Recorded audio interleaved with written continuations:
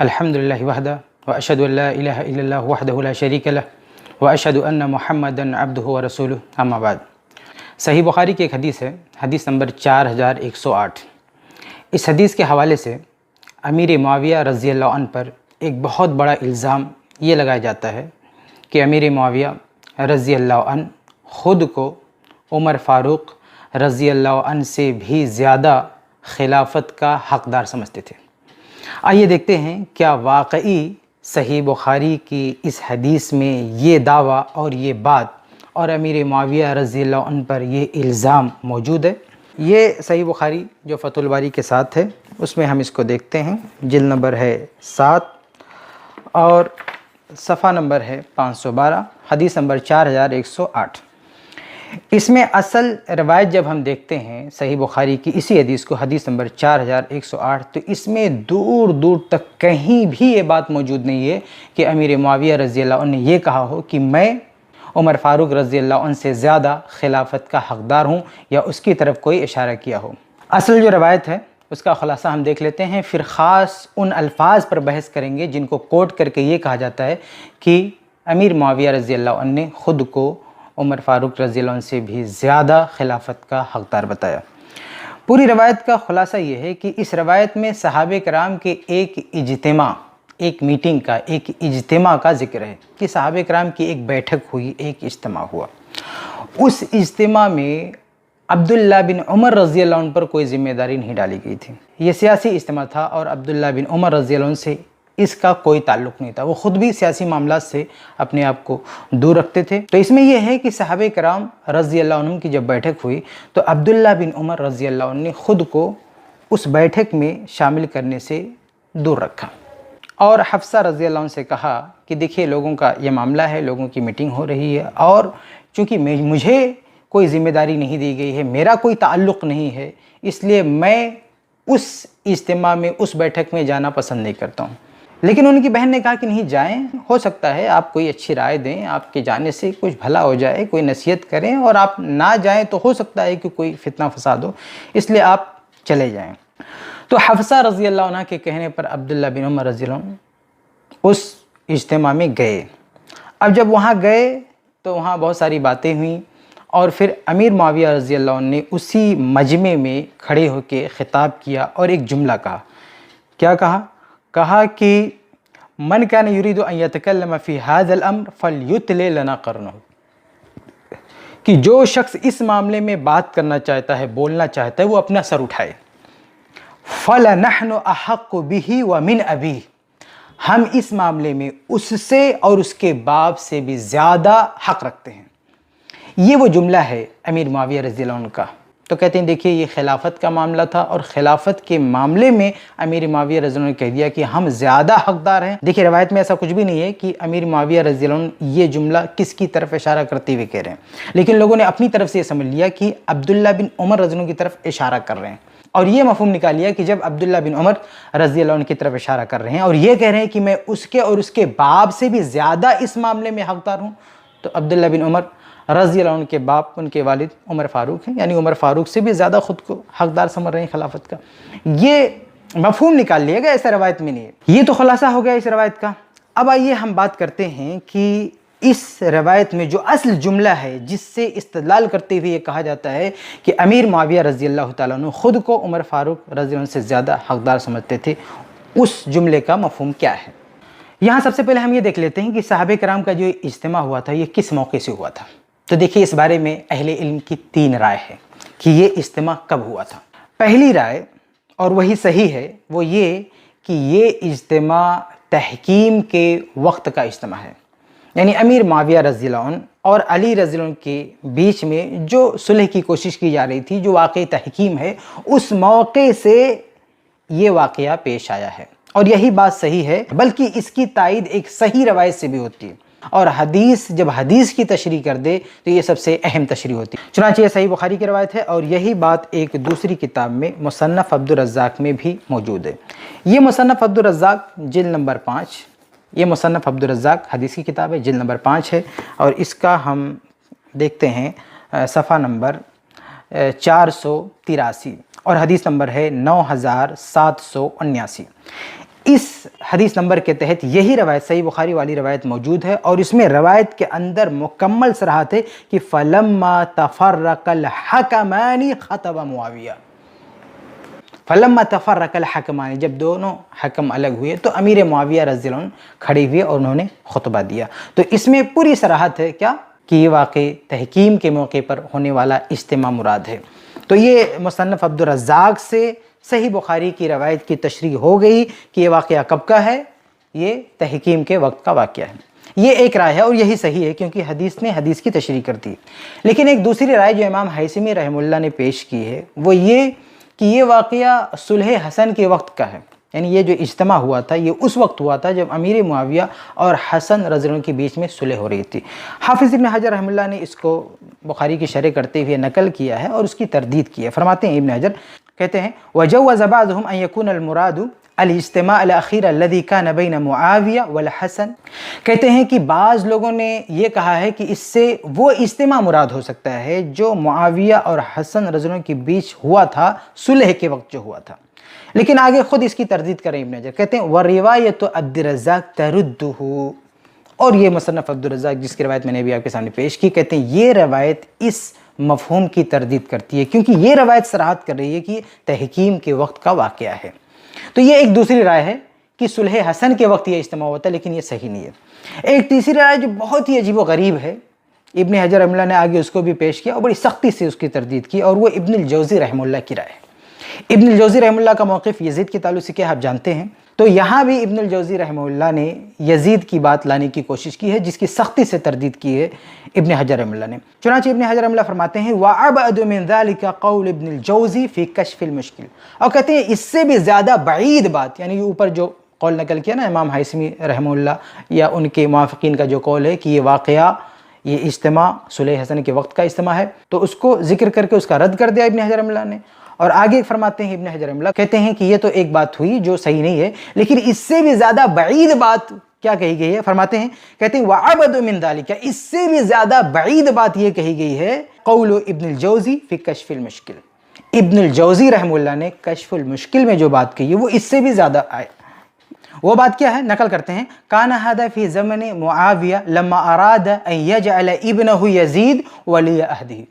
ابن الجوزی رحمہ اللہ فرماتے ہیں کہ یہ جو اجتماع ہوا تھا صحابہ کرام کا جس میں امیر معاویہ رضی اللہ عنہ نے وہ جملہ کہا، یہ اس وقت کی بات ہے جب امیر معاویہ رضی اللہ عنہ اپنے بیٹے یزید کو ولی عہد بنانا چاہتے تھے۔ تو اس موقع سے جو اجتماع ہوا تھا صحابہ کرام کی بیٹھک ہوئی تھی، وہاں پر امیر معاویہ نے یہ جملہ کہا۔ حافظ ابن حجر رحمہ اللہ اس کو نقل کر کے کہتے ہیں بہت بعید بات ہے، اور آگے کہتے ہیں کذا قال، ابن الجوزی نے ایسے ہی کہا ہے وَلَمْ يَأْتِ لَهُ بِمُسْتَنَدْ، اور ابن الجوزی رحمہ اللہ نے اس کی کوئی دلیل نہیں دی ہے۔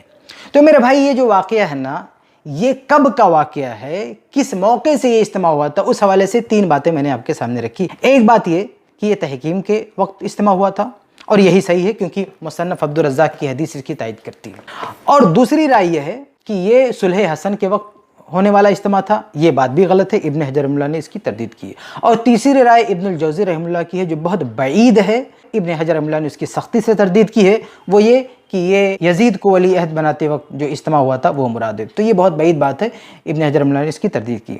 خلاصہ یہ کہ یہ جو اجتماع ہوا تھا حدیث سے جو ثابت ہوتا ہے وہ یہ کہ یہ تحکیم کے وقت کا واقعہ ہے، تحکیم کے وقت کا اجتماع ہے۔ یہ ایک بات صاف ہوگی کہ یہ اجتماع کب ہوا تھا۔ آگے بڑھتے ہیں، اب یہ دیکھتے ہیں کہ اس اجتماع میں جو اصل بات موضوع بحث تھی وہ کیا تھا، یعنی امیر معاویہ رضی اللہ عنہ کیا چاہتے تھے، ان کی مانگ کیا تھی، ان کا مطالبہ کیا تھا۔ تو اس حوالے سے بعض لوگوں نے یہ سمجھ لیا ہے کہ امیر معاویہ رضی اللہ عنہ اس اجتماع میں اپنی خلافت یا اپنی امارت یا اپنی حکومت چاہتے تھے۔ تو بعض لوگوں کی یہ رائے ہے کہ اس اجتماع میں امیر معاویہ رضی اللہ عنہ جس چیز پر اپنا حق جتا رہے تھے وہ کیا تھی، وہ امارت تھی، حکومت تھی۔ لیکن میرے بھائی یہ بات بالکل غلط ہے۔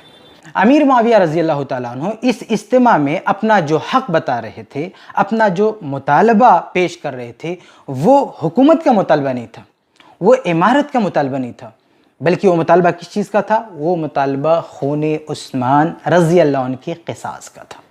یعنی جو یہ کہہ رہے تھے کہ اس معاملے میں ہم سب سے زیادہ حق رکھتے ہیں، تو اس معاملے سے مراد خون عثمان کے قصاص کا مطالبہ تھا، حکومت کا مطالبہ نہیں تھا۔ یاد رہے کہ اس روایت میں حکومت کا لفظ نہیں ہے، خلافت کا لفظ نہیں ہے، امارت کا لفظ نہیں ہے۔ امیر معاویہ رضی اللہ تعالیٰ عنہ نے یہ نہیں کہا کہ ہم حکومت کی بات کر رہے ہیں، امارت کی بات کر رہے ہیں، تو یہاں حکومت کا نام نہیں ہے۔ لفظ امارت یا لفظ حکومت یا لفظ خلافت بالکل موجود ہی نہیں یہاں پہ۔ یہ لوگوں نے سمجھ لیا کہ اس سے مراد کیا ہے، حکومت ہے، لیکن میں نے آپ کے سامنے واضح کیا کہ اس سے مراد حکومت نہیں ہے، بلکہ اس سے مراد کیا ہے، خون عثمان رضی اللہ عنہ کے جو قصاص کا معاملہ تھا وہی مراد ہے۔ اچھا، ہم جو یہ بات کہہ رہے ہیں کہ اس سے مراد خون عثمان کے قصاص کا مسئلہ تھا، اس میں امیر معاویہ رضی اللہ عنہ کہتے تھے کہ ہم اس میں سب سے زیادہ حق رکھتے ہیں، تو اس کی دلیل کیا ہے؟ اس بات کی دو دلیل ہیں۔ ایک دلیل تو یہ ہے کہ اسی روایت میں آپ اوپر دیکھیں گے، صحیح بخاری کی اسی روایت میں حدیث نمبر 4108، اسی روایت میں اوپر دیکھیں ابن عمر رضی اللہ عنہ کا جملہ یہ صاف طور سے موجود ہے۔ وہ کہتے ہیں فَلَمْ يُجْعَلْ لِي مِنَ الْأَمْرِ شَيْءٌ، اس معاملے میں میرے لیے کوئی کام نہیں رکھا گیا، میرا کوئی تعلق نہیں رکھا گیا، میرا کوئی حصہ نہیں رکھا گیا۔ یہ کون کہہ رہے ہیں؟ عبداللہ ابن عمر رضی اللہ عنہ کہہ رہے ہیں۔ ذرا غور کیجئے کہ اگر یہاں معاملہ حکومت کا ہوتا، امارت کا ہوتا، تو کیا عبداللہ ابن عمر رضی اللہ عنہ یہ کہہ سکتے تھے کہ میرا اس معاملے میں کوئی حصہ نہیں رکھا گیا، میرا اس معاملے میں کوئی تعلق نہیں رکھا گیا؟ یہ عبداللہ ابن عمر رضی اللہ عنہ کہہ سکتے تھے؟ ہرگز نہیں کہہ سکتے تھے، کیونکہ عبداللہ ابن عمر رضی اللہ عنہ خود کو حکومت سے، خلافت سے، سیاست سے بہت دور رکھنا چاہتے تھے۔ اور آئیے یہ باتیں میں صحیح سند کے ساتھ آپ کے سامنے پیش کروں۔ یہ میرے پاس ہے ایک کتاب، بڑی اہم کتاب ہے، الطبقات الکبریٰ، امام ابن سعد رحمہ اللہ کی کتاب ہے۔ اس کی جلد نمبر ہے 4، یہ بیروت والا نسخہ ہے، جلد نمبر ہے 4، اور صفحہ نمبر اس کا میں آپ کے سامنے کھولتا ہوں، صفحہ نمبر 113۔ اس میں ایک صحیح سند سے روایت آپ کے سامنے پیش کروں کہ کس طرح سے عبداللہ ابن عمر رضی اللہ عنہ حکومت سے، خلافت سے، امارت سے دور بھاگنا چاہتے تھے۔ یہ جو روایت میں آپ کے سامنے پڑھنے جا رہا ہوں، یہ صحیح سند سے روایت ہے۔ اس میں عبداللہ بن عمر رضی اللہ عنہ کے سامنے یہ آفر پیش کیا گیا کہ آپ حاکم بن جائیں، آپ خلیفہ بن جائیں، ہم آپ کی بیعت کر لیتے ہیں۔ کہتے ہیں کہ لما قتل عثمان، جب عثمان رضی اللہ عنہ شہید ہو گئے، قالوا لعبداللہ ابن عمر، تو لوگوں نے عبداللہ بن عمر رضی اللہ عنہ سے کیا کہا؟ انک سید الناس، کہ آپ سید الناس ہیں، سید الناس کے بیٹے ہیں، فخرج نباعی لک الناس، تو آپ آگے بڑھیں، ہم آپ کے لیے سارے لوگوں سے بیعت لے لیتے ہیں۔ قال انی واللہ، تو انہوں نے عبداللہ ابن عمر رضی اللہ عنہ نے کہا کہ اللہ کی قسم مجھے اس کی کوئی خواہش نہیں، میں نہیں چاہتا ہوں کہ میں خلیفہ بن جاؤں، یہ خون خرابے کا موقع ہے، اس کے بعد نہ جانے کیا لڑائی ہو، کس کا خون بھائی، میں اس کو پسند نہیں کرتا۔ انہوں نے یہ آفر رد کر دیا، ریجیکٹ کر دیا۔ اب اس پر کیا ہوا؟ جب انہوں نے رد کر دیا کہ میں خلیفہ نہیں بنوں گا، تو کیا کیا لوگوں نے معلوم ہے؟ دیکھیے روایت کیا کہتی ہے، فقالوا، لوگوں نے کہا لتخرجن او لنقتلنک علی فراشک، کہا اے ابن عمر یا تو آپ باہر آئیں بیعت کے لیے یا ہم آپ کو مار ڈالیں گے۔ قتل کی دھمکی دیا، کہا اے ابن عمر اگر آپ خلیفہ بننا چاہتے ہیں تو باہر آئیں، خلیفہ بنے، ہم آپ کی بیعت کریں گے، اگر آپ ایسا نہیں کریں گے، ہمارا مطالبہ نہیں مانیں گے، آپ خلافت کے لیے خود کو نہیں پیش کریں گے، تو ہم آپ کا مرڈر کر دیں گے، آپ کو مار ڈالیں گے۔ فقال لهم مثل قوله الاول، اس دھمکی پر بھی عبداللہ بن عمر رضی اللہ عنہ نے وہی جواب دیا جو پہلے، کہ میں یہ ذمہ داری نہیں لے سکتا۔ اس روایت کے راوی حسن فرماتے ہیں، کہتے ہیں کہ فَأَطْعَمُوهُ وَخَوَّفُوهُ، کہ لوگوں نے خلافت کے لیے عبداللہ ابن عمر رضی اللہ عنہ کو لالچ دلایا اور خوف دلایا، لالچ بھی دیا اور خوف، ڈرایا بھی، دھمکی بھی دیا اور لالچ بھی دیا۔ فَمَا اسْتَقْبَلُوا مِنْهُ شَيْءٍ حَتَّى لَحِقَ بِاللَّهِ، لیکن لالچ دینے کے باوجود بھی، خوف دلانے کے باوجود بھی، عبداللہ ابن عمر رضی اللہ عنہ کے دل میں خلافت کی، حکومت کی خواہش اور رضا پیدا نہیں کر سکے، حتی لحق باللہ، یہاں تک کہ عبداللہ ابن عمر اللہ سے جا ملے، یعنی وفات تک عبداللہ ابن عمر رضی اللہ تعالیٰ عنہ کبھی خلافت کے پیچھے نہیں دوڑے، کبھی حکومت کے پیچھے نہیں دوڑے، بلکہ خلافت، حکومت ان کے قدموں پہ ڈالی جا رہی تھی اور اس کے لیے ان کو لالچ بھی دی جا رہی تھی، ڈرایا بھی جا رہا تھا، پھر بھی انہوں نے ٹھکرا دیا۔ میرے بھائیو، یہ ایک روایت ہے، اس طرح کی اور بھی بہت ساری روایتیں، صحیح روایتیں جن سے یہ ثابت ہوتا ہے کہ عبداللہ ابن عمر رضی اللہ عنہ خلافت کے خواہاں نہیں تھے، حکومت کے خواہاں نہیں تھے۔ اس صحیح روایت کی روشنی میں میرے بھائیو آپ بتائیں کہ یہ جو صحیح بخاری میں جو جملہ ہے کہ فَلَمْ يُجْعَلْ لِي مِنَ الْأَمْرِ شَيْءٌ، اس معاملے میں میرا کوئی حصہ نہیں رکھا گیا، میرا کوئی تعلق نہیں رکھا گیا، کیا اس سے مراد خلافت ہو سکتی ہے؟ جس شخص کو خلافت دی جا رہی ہو اور نہ لینے پر لالچ دی جا رہی ہو، انکار پر قتل کی دھمکی دی جا رہی ہو، وہ یہ جملہ کہہ سکتا ہے کہ میرا خلافت میں کوئی حق نہیں رکھا گیا؟ وہ اس طرح کی بات کہہ سکتا ہے؟ بالکل نہیں۔ عبداللہ ابن عمر رضی اللہ عنہ خلافت کے بارے میں بالکل ایسی کوئی بات نہیں کہہ سکتے، کیونکہ کبھی بھی ان کا کوئی ایسا مشن، کوئی ایسی لالچ، کوئی ایسی خواہش تھی ہی نہیں۔ اس لیے صحیح بات کیا ہے کہ یہاں مراد ہے خون عثمان کا مسئلہ، قصاص کا مسئلہ۔ تو عبداللہ ابن عمر رضی اللہ عنہ یہ کہنا چاہتے ہیں کہ یہ جو قصاص کا مسئلہ ہے، جو اختلاف ہے، اس اختلاف میں، اس بیچ میں میرا کوئی تعلق نہیں ہے، یعنی اس معاملے میں مجھ کو طلب نہیں کیا گیا، مجھ پر کوئی ذمہ داری نہیں ڈالی گئی ہے، مجھ سے کوئی مشورہ نہیں لیا گیا ہے، تو میں خود سے وہاں جانا پسند نہیں کرتا ہوں۔ یہ مراد ہے الامر سے۔ الامر یعنی خون عثمان کے قصاص کا مسئلہ، الامر سے یہاں قصاص کا مسئلہ مراد ہے، حکومت نہیں مراد ہے، کیونکہ عبداللہ ابن عمر رضی اللہ عنہ حکومت کے حوالے سے کبھی یہ بول ہی نہیں سکتے کہ ہمارا تو کوئی حصہ نہیں رکھا گیا۔ تو بہرحال یہ ایک دلیل ہے، عبداللہ ابن عمر رضی اللہ عنہ کے یہ جملہ بتاتا ہے کہ یہاں حکومت نہیں مراد ہو سکتی۔ تو یہ پہلی دلیل ہوئی کہ یہاں امر سے مراد خلافت نہیں ہے بلکہ قصاص ہے۔ دوسری دلیل، یعنی یہاں پہ جو مسئلہ ہے وہ مسئلہ قصاص کا تھا۔ امیر معاویہ رضی اللہ عنہ نے خود کو جس معاملے میں اپنے آپ کو سب سے زیادہ حقدار بتایا تھا وہ قصاص کا معاملہ تھا، خلافت کا نہیں تھا۔ اس بات کی دوسری دلیل کیا ہے؟ اس بات کی دوسری دلیل یہ ہے کہ امیر معاویہ رضی اللہ عنہ ہی کے الفاظ میں یہ مکمل صراحت ملتی ہے، وہ یہ کہتے ہوئے نظر آتے ہیں کہ خلافت کے معاملے میں میں سب سے زیادہ حق نہیں رکھتا، بلکہ عمر فاروق رضی اللہ عنہ کو تو جانے دیں، عثمان رضی اللہ عنہ کو تو جانے دیں، وہ تو علی رضی اللہ عنہ کے بارے میں بھی کہہ رہے ہیں کہ آپ مجھ سے زیادہ خلافت کے حقدار ہیں۔ اس لیے امیر معاویہ رضی اللہ عنہ خلافت کے معاملے میں یہ کمنٹ کر ہی نہیں سکتے، یہ جملہ بول ہی نہیں سکتے کہ اس میں سب سے زیادہ حق رکھتا ہوں۔ چنانچہ یہ میرے پاس ہے تاریخ دمشق، ابن عساکر رحمہ اللہ کی کتاب ہے، اس کی جلد نمبر ہے 59 اور اس کا صفحہ نمبر ہم دیکھتے ہیں 132۔ اس پر ایک صحیح روایت موجود ہے اور اس میں امیر معاویہ رضی اللہ عنہ پوری صراحت کے ساتھ یہ فرما رہے ہیں کہ علی رضی اللہ عنہ مجھ سے زیادہ افضل ہیں اور خلافت کے بھی مجھ سے زیادہ حقدار ہیں۔ چنانچہ اس روایت میں ہے کہ جاء ابو مسلم الخولانی واناس معه الى معاویہ، ابو مسلم الخولانی اور کچھ لوگ معاویہ رضی اللہ عنہ کے پاس آئے، فقالوا، کیا کہا، انت تنازع علی، کہ آپ علی رضی اللہ عنہ سے اختلاف کرتے ہیں، ام انت مثلہ، اے امیر معاویہ کیا آپ علی رضی اللہ عنہ جیسے ہیں؟ فقال معاویہ، تو معاویہ نے کہا، لا واللہ، نہیں اللہ کی قسم، یعنی میں علی رضی اللہ عنہ جیسا نہیں ہوں، میں ان کے برابر نہیں ہوں، ان سے کمتر ہوں۔ آگے کہتے ہیں انی لا اعلم ان علیا افضل منی، امیر معاویہ رضی اللہ عنہ کہتے ہیں کہ اللہ کی قسم مجھے پتا ہے کہ علی رضی اللہ عنہ مجھ سے زیادہ افضل ہیں، وَأَنَّهُ لَأَحَقُّ بِالْأَمْرِ مِنِّي، اور وہ خلافت کے مجھ سے زیادہ حقدار ہیں۔ یہاں پہ خلافت کی بات چل رہی ہے، تو انہوں نے علی رضی اللہ تعالیٰ عنہ کو خود سے زیادہ افضل کہا اور یہ بھی کہا کہ وہ مجھ سے زیادہ خلافت کا حق رکھتے ہیں۔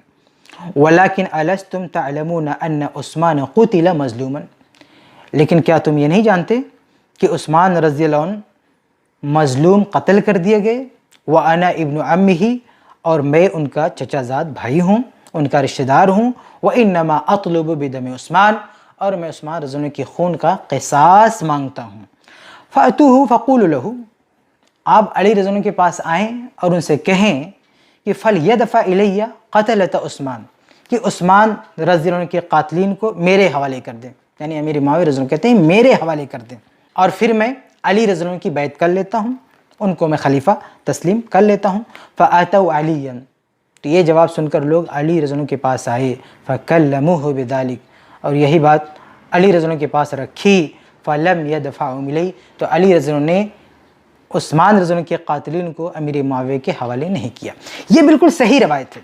اس صحیح روایت میں دیکھیں کہ امیر معاویہ رضی اللہ عنہ نے اپنے الفاظ میں کہہ دیا انی لا اعلم ان علیا افضل منی، کہ مجھے پتہ ہے، مجھے معلوم ہے کہ علی رضی اللہ عنہ مجھ سے زیادہ افضل ہیں، خلافت کے مجھ سے زیادہ حقدار ہیں، مجھے ان کو خلیفہ ماننے میں، ان کی بیعت کرنے میں کوئی مسئلہ نہیں ہے، بس شرط یہ ہے کہ عثمان کے خون کا بدلہ لے لی جائے، میں ان کو خلیفہ ماننے کے لیے تیار ہوں۔ اچھا یہاں پر ایک بات اور واضح کر دوں جس کا تعلق اس روایت کی سند سے ہے. کچھ لوگوں نے ایک اعتراض کیا اس روایت پر، کہتے ہیں کہ یہ روایت منقطع ہے. اعتراض یہ ہے کہ اس سند میں اس واقعے کو بیان کرنے والے عبید الحنفی ہیں اور یہ واقعہ صفین کے موقع کا ہے. تو صفین کے وقت تو عبید الحنفی موجود ہی نہیں تھے، تو پھر وہ یہ واقعہ کیسے بیان کر سکتے ہیں؟ گویا کہ یہ سند منقطع ہے. اس کا جواب یہ ہے کہ یہ واقعہ عبید الحنفی نہیں بیان کر رہے ہیں بلکہ یہ واقعہ ابو مسلم الخولانی بیان کر رہے ہیں. یہ واقعہ ابو مسلم الخولانی بیان کر رہے ہیں اور ابو مسلم الخولانی سے عبید الحنفی بیان کر رہے ہیں. اس کی دلیل یہ ہے کہ اسی واقعے کو حافظ ابن حجر رحمہ اللہ نے بھی فتح الباری میں نقل کیا ہے. فتح الباری جلد نمبر 13 اور اس کا صفحہ نمبر ہے 107 صفحہ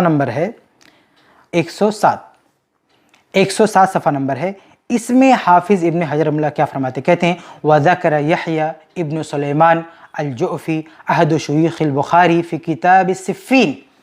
یہ تو امام ابن عساکر رحمہ اللہ نے اس کو سند کے ساتھ نقل کیا، لیکن یہی روایت امام بخاری رحمہ اللہ کی استاذ یحییٰ بن سلیمان، ان کی ایک کتاب ہے کتاب صفین.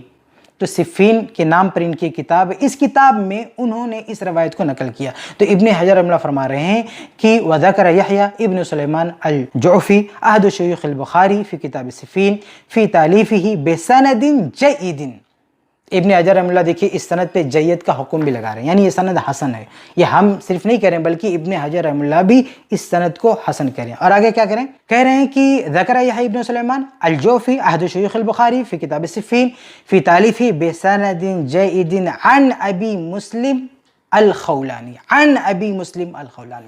یہ ابن حجر رحمہ اللہ یہ کتاب سے ڈائریکٹ نکل کر رہے ہیں. ابن عساکر رحمہ اللہ نے تو اپنی سند سے نقل کیا ہے، لیکن ابن حجر رحمہ اللہ اس سند سے اوپر جو ایک راوی ہیں امام بخاری کے جو استاد ہیں ان کی جو کتاب، اس کتاب سے ڈائریکٹ نقل کر رہے ہیں اور اس میں کیا فرما رہے ہیں عن ابی مسلم الخولانی، یعنی ابو مسلم الخولانی سے یہ واقعہ منقول ہے.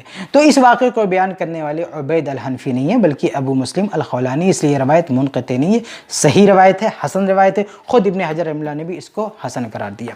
تو میرے بھائیو یہ دو دلیلیں ہو گئی کہ یہ جو صحیح بخاری کی جو یہ حدیث ہے کہ جس میں امیر معاویہ رضی اللہ عنہ نے کہہ دیا کہ ہم اس معاملے میں جو بھی بات کرے گا اس سے اور اس کے باپ سے زیادہ حقدار رکھتے ہیں، تو اس سے مراد خلافت نہیں بلکہ کیا ہے؟ قصاص ہے. عثمان رضی اللہ عنہ کے خون کا قصاص ہے، اور اس معاملے میں واقعی امیر معاویہ رضی اللہ عنہ سب سے زیادہ حق رکھتے تھے، کیونکہ عثمان رضی اللہ عنہ کے رشتہ دار تھے اور ان کے رشتہ داروں میں ان سے زیادہ اس وقت پاورفل کوئی تھا ہی نہیں. تو یہ دو دلیلیں ہوں گی.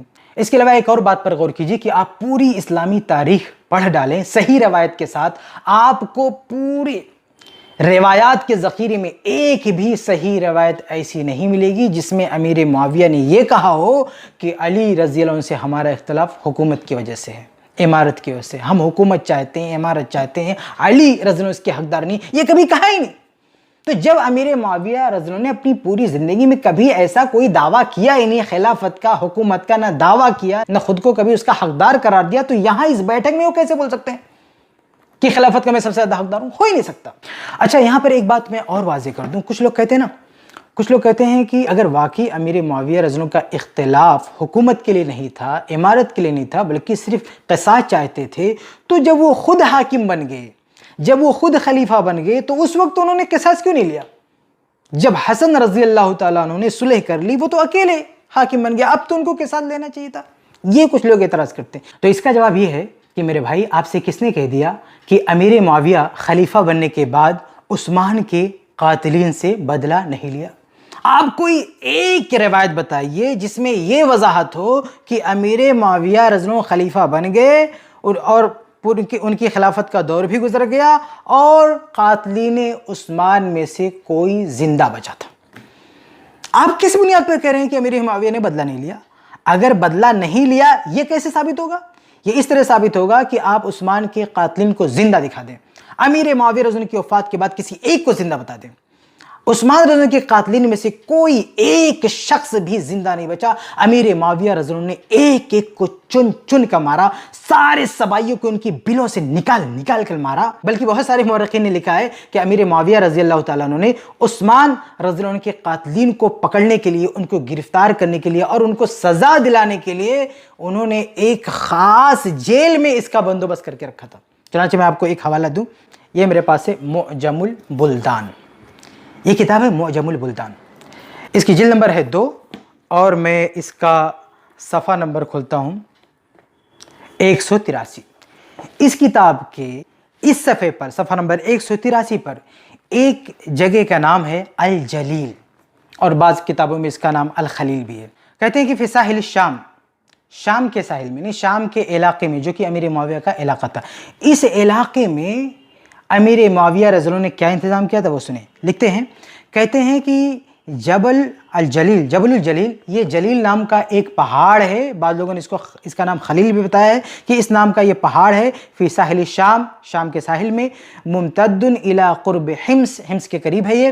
کان معاویہ یحبس فی موضع منہ, اس جگہ پر, اس علاقے کی ایک جگہ پر امیر معاویہ رضی اللہ عنہ ان لوگوں کو قید کیا کرتے تھے. کن کو؟ من یظفر بہ ممن ینبذ بقتل عثمان بن عفان, ان لوگوں کو جن کے بارے میں یہ پتہ چلتا تھا کہ انہوں نے عثمان رضی اللہ عنہ کا قتل کیا ہے, ان سب کو پکڑ کے امیر معاویہ رضی اللہ عنہ یہاں پہ قید کرتے تھے. بھائی لوگ کہتے ہیں کہ امیر معاویہ رضی اللہ عنہ نے بدلہ نہیں لیا, بدلے کا اتنا بڑا انتظام کیا اور کرے بدلہ نہیں لیا. بلکہ امام ابن حزم رحمہ اللہ نے جمہرۃ انصاب العرب میں جلد 1 صفحہ نمبر 135 پر لکھا ہے کہ اس جیل سے کچھ لوگ بھاگ گئے تو کیا ہوا؟ فہربوا من السجن, جیل سے بھاگ گئے, فادرکوا, لیکن پھر انہیں پکڑ لیا گیا, فقتلهم معاویہ کلہم, تو امیر معاویہ رضی اللہ عنہ نے ان سب کو قتل کر ڈالا. یہ معجم البلدان میں ہے, امام ابن حزم کی کتاب میں, درجنوں کتابوں میں. بلکہ امام ابو نعیم رحمہ اللہ نے اپنی ایک صحیح سند سے یہی بات نقل کر رکھی ہے کہ امیر معاویہ رضی اللہ تعالی عنہ نے عثمان رضی اللہ عنہ کے قاتلوں کو قتل کیا تھا, ان سے بدلہ لیا تھا. یہ روایت تھوڑی تفصیل طلب ہے, اس پہ ایک لمبی بحث ہے, یہ انشاءاللہ میں کسی اور موقع سے آپ کے سامنے پیش کروں گا. بہرحال خلاصہ یہ کہ امیر معاویہ رضی اللہ عنہ کے بارے میں یہ ثابت ہے کہ انہوں نے عثمان رضی اللہ عنہ کے قاتلین کو مروا دیا تھا, سب کو قتل کروا دیا تھا. حکومت پاتے ہی, خلافت اپنے پاس آتے ہی انہوں نے سب کو مروا دیا تھا. بہرحال میں عرض یہ کر رہا تھا کہ یہ جو صحیح بخاری کی روایت ہے جس میں امیر معاویہ رضی اللہ عنہ نے یہ کہا کہ ہم اس معاملے میں سب سے زیادہ حقدار ہیں, تو یہ معاملہ خلافت کا نہیں تھا, یہ معاملہ قصاص کا تھا. اچھا, ایک اور چیز آپ کے سامنے واضح کر دیں کہ یہاں پہ امیر معاویہ رضی اللہ عنہ نے جو یہ کہا فَلَنَحْنُ أَحَقُّ بِهِ وَمِنْ أَبِيهِ, کہ اس معاملے میں جو بھی بات کرنا چاہے اپنا سر اٹھائے, ہم اس سے اور اس کے باپ سے بھی زیادہ اس معاملے میں حقدار ہیں. تو کچھ لوگوں نے کہا کہ امیر معاویہ رضی اللہ عنہ کا اس سے اشارہ عبداللہ ابن عمر اور ان کے والد کی طرف تھا. بلکہ کچھ لوگوں نے تو یہ بھی کہا کہ اس سے امیر معاویہ رضی اللہ عنہ کا اشارہ علی رضی اللہ عنہ کی طرف تھا. خود ابن حجر نے لکھا قیل, کہا گیا ہے اراد علی وارز بالحسن والحسین, کہ امیر معاویہ رضی اللہ عنہ نے علی رضی اللہ عنہ کو مراد لے کر یہ جملہ کہا اور اشارہ تھا حسن حسین رضی اللہ عنہ کی طرف, لیکن اس بات کی کوئی دلیل نہیں ہے. اور آگے ابن حجر رحمہ اللہ نے اس بات کی بڑی سختی سے تردید کی ہے جو لوگ یہ کہتے ہیں کہ امیر معاویہ رضی اللہ عنہ نے اس سے مراد عبداللہ ابن عمر اور ان کے باپ کو لیا تھا. چنانچہ کہتے ہیں وقیل, اور ایک بات یہ بھی کہی گئی, ابن حجر رحمہ اللہ فرماتے ہیں, اور ایک بات یہ بھی کہی گئی ہے اراد عمر وارد بابنہ عبداللہ. چنانچہ کہتے ہیں کہ امیر معاویہ رضی اللہ عنہ نے جو یہ جملہ کہا کہ فَلَنَحْنُ أَحَقُّ بِهِ وَمِنْ أَبِيهِ, تو اس جملے سے کچھ لوگوں نے یہ کہا ہے کہ امیر معاویہ رضی اللہ عنہ کی مراد عمر, اراد عمر, امیر معاویہ رضی اللہ عنہ نے عمر رضی اللہ عنہ کا ارادہ کیا تھا اور ان کے بیٹے کی طرف اشارہ کیا تھا. لیکن ابن حجر رحمہ اللہ اس کی تردید کرتے ہیں, کہتے ہیں وَفِيهِ بُعْدٌ, یہ بہت بعید بات ہے. ابن حجر رحمہ اللہ فرماتے ہیں یہ بہت بعید بات ہے کہ امیر معاویہ عمر فاروق رضی اللہ عنہ کے بارے میں اس طرح کی بات کہیں. کیوں؟ کہتے ہیں لِأَنَّ مُعَاوِيَةَ كَانَ يُبَالِغُ فِي تَعْظِيمِ عُمَرَ, کیونکہ معاویہ رضی اللہ عنہ یہ عمر فاروق رضی اللہ عنہ کی حد سے زیادہ تعظیم کرتے تھے. تو یہ کہنا کہ حسن رضی اللہ عنہ کو مراد لیا یا عبداللہ ابن عمر کو مراد لیا یا ان کے والد کو مراد لیا, یہ غلط بات ہے. روایت کے اندر کسی کا نام نہیں. صحیح بات یہ ہے اس معاملے میں کہ امیر معاویہ رضی اللہ عنہ نے ایک عمومی بات کی, چنانچہ روایت کے الفاظ بھی ہیں روایت کے الفاظ کیا ہے؟ کہتے ہیں من کان یرید ان یتکلم، جو بات کرنا چاہے. تو امیر معاویہ رضی اللہ عنہ نے کسی کو بھی مینشن نہیں کیا، کسی کا نام نہیں لے کے، نہ حسن رضی اللہ عنہ کا نام لیا، نہ حسین رضی اللہ عنہ کا نام لیا، نہ ابن عمر رضی اللہ عنہ کا نام لیا، کسی کا نام نہیں لیا. اس لیے اصل جو الفاظ ہیں ہم اس کو انہی پر باقی رکھیں گے کہ امیر معاویہ رضی اللہ عنہ نے یہ بات مطلق کہی ہے، عمومی انداز میں بات کہی ہے کہ مجمع میں بہت سارے لوگ تھے، تو ایک عام بات کہی ہے کہ جو بھی بات کرنا چاہے سامنے.